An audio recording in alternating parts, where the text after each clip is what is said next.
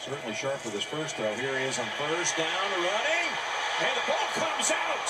That's a fumble, and it's recovered at the 1-yard line by Zach Sealer, who had a touchdown 6 days ago against Tennessee. Wilkins and Chubb collided with Zach Wilson and knocked the ball loose, and Sealer recovered it at the 1-yard line. This is a mistake by Becton on the left side.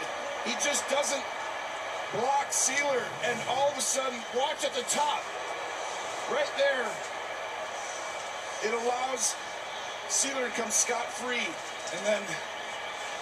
And Wilkins got there for 3rd and goal.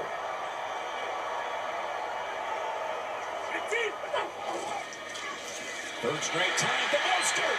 There's the Miami record. The 19th touchdown of the season. This is what makes it so difficult to defend it. And I mean, this is why they're number 1 in the NFL in the red zone, is they can run the football and they got speed. But this is supposed to go inside. And Mostert's speed just adjusts and goes all the way to the edge. Look at this is a pull inside. The Jets are so sound they take it away. You don't take away speed. Plays have been run in Jets territory until now. After a 54-yard punt by Morstead, the Dolphins begin at their own 40. Going deep, right there! What a perfect pass and play, and the touchdown to Jalen Waddle. 60 yards and a touchdown.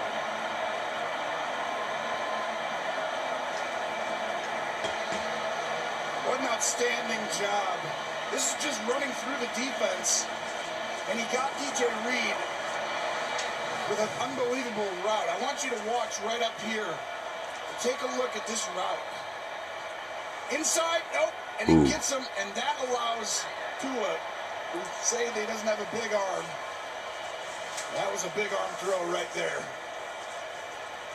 Wow, what a throw, and Waddle is showing off today. Yes, he is. It's time. He's right behind Tua. He's in the gun. Why not? Give it to him. Go wide. No one's going to touch him. Touchdown, Miami.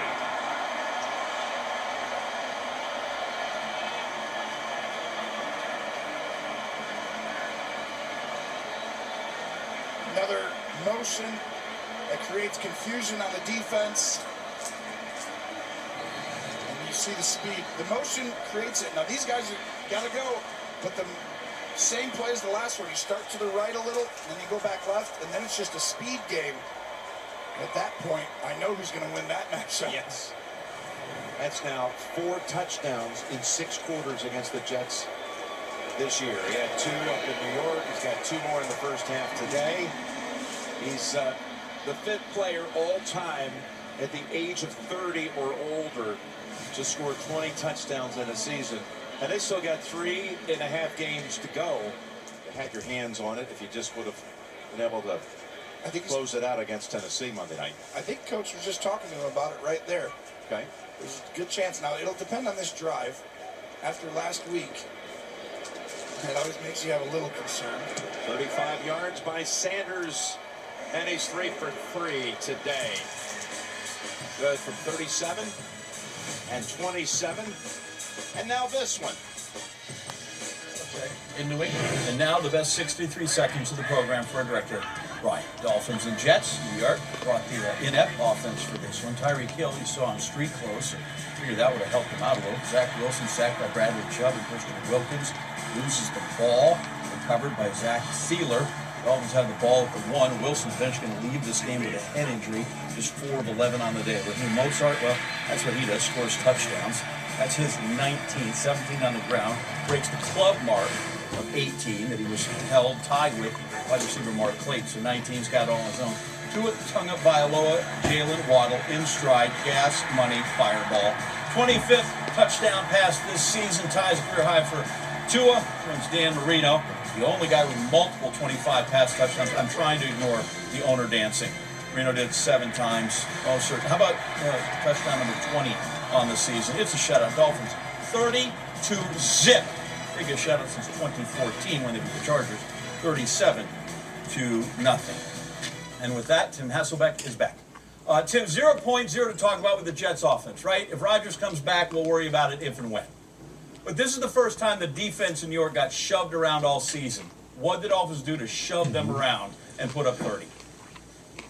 Well, we know they have a good offense. They have a ton of speed in terms of their personnel. And Tua is a good decision maker. But what Mike McDaniel and his coaching staff has done with the run game, I think, is really unique. And I think we're going to start to see people who copy some of their backfield action. Here's a good example. This is freeze option, basically, footwork. You see how I'm open to the left, but it's really a perimeter run to the right. That was the unblocked defender. He's all the way on the other side of the formation, frozen to get great angles for the running back. A couple plays later, same exact play other way, same thing. Freeze option, basically footwork. Look at what it does to the inside linebackers for the Jets. They can't get to the perimeter, and again, obviously a lot of speed, and Mike McDaniel's happy about it, and he should be. When you look at some of the things he's done this year in terms of, the away or exit motion that the rest of the league has tried to start to copy, and even some of the backfield action stuff, he's really doing things that the rest of the league is watching and trying to copy and imitate, and it's showing up in the way the Dolphins play offense. Yeah, when it works, people copy it. Thanks, Tim. We're calling your number again later in the program. Don't go anywhere.